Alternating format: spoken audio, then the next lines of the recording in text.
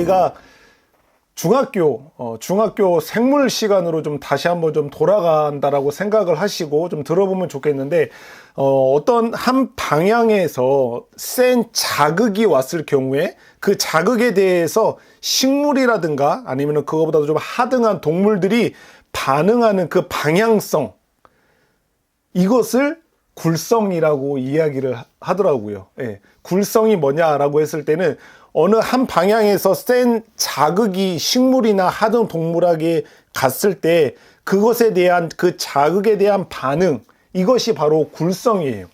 그래서 빛에 대한 반응을 이야기를 할 때는 굴광성이라고 이야기해요. 빛광자를 써서 굴광성. 빛을 향하여 간다라고 하는 거고, 또 중력에 대해서 반응하는 것을 굴지성이라고 이야기를 해요.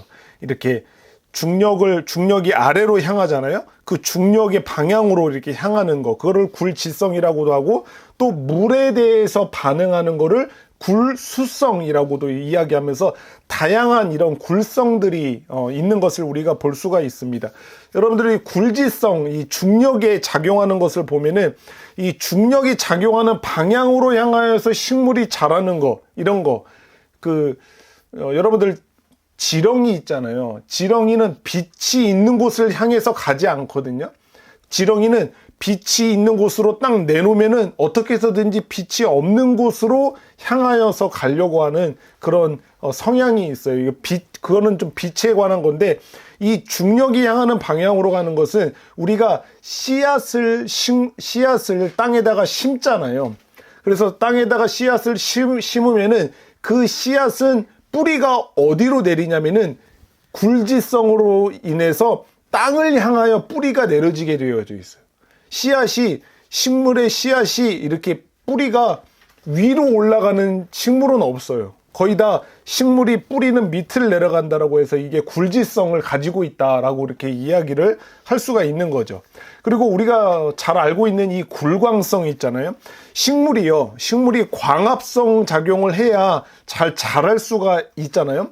그런데 이 식물이 이 광원을 향해서, 빛을 향하여서 이 광합성의 능력을 최대화하기 위해서 빛이 비추는 방향으로 이렇게 향하게 되어져 있는 거죠. 이것을 우리가 굴광성이라고 이야기하는데, 자기가 에너지를 많이 흡수해야 되기 때문에 그 빛을 향해서 자기의 몸을 틀어버리는 그런 것을 이야기를 하는 겁니다.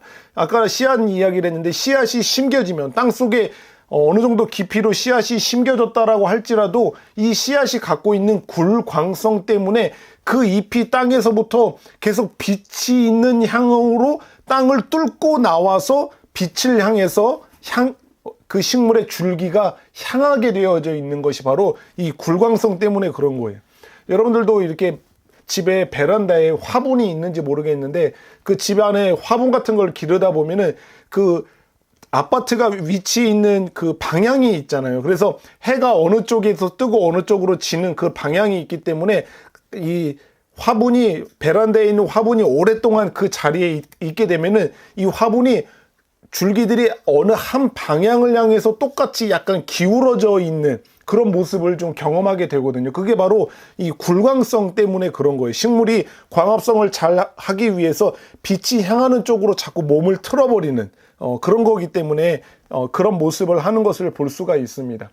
오늘 우리가 읽었던 본문에 나오는 복음, 이 천국 복음이라고 할 때 이 복음에도 이런 굴성을 가지고 있다라고 하는 것을 오늘 제가 이야기를 하고 싶은 거예요. 식물이나 어떤 하등 동물들도 빛을 향하여 아니면 중력을 향하여서 그 몸을 틀어서 그쪽 방향으로 본능적으로 나아가게 되는 것처럼, 우리가 알고 있는 이 십자가 복음, 그리고 우리를 구원한 이 복음 또한 어떤 굴성을 가지고 있는 거예요. 어디 방향으로 굽어지게 되어져 있는 거, 어느 방향으로 향할 수밖에 없는 그런 본성을 가지고 있는 게 바로 복음이라고 하는 건데, 이 복음이 어떤 굴성을 가지고 있느냐라고 하는 것을 오늘 말씀을 통해서 같이 확인해 보고자 합니다.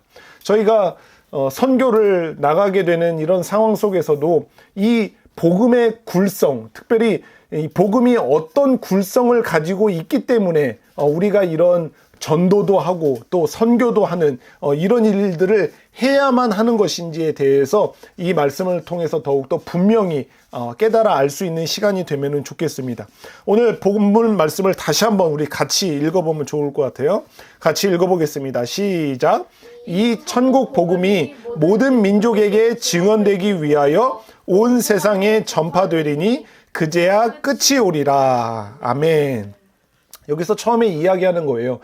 예수님께서 하신 말씀이잖아요. 이 천국 복음이 이 천국 복음이라고 말씀하실 때 이 천국 복음이 가지고 있는 굴성이 있는데 그 굴성으로 인하여서 우리가 이런 일들을 해야 한다라고 하는 것을 알 수 있게 되는 건데, 이 천국 복음이라고 이야기를 할 때 예수님께서 복음이라고 하는 것으로만 말씀하시는 것이 아니라 이 앞에 천국이라고 하는 단어를 붙이셔서 이 천국 복음이라고 이야기를 해주시는 거예요.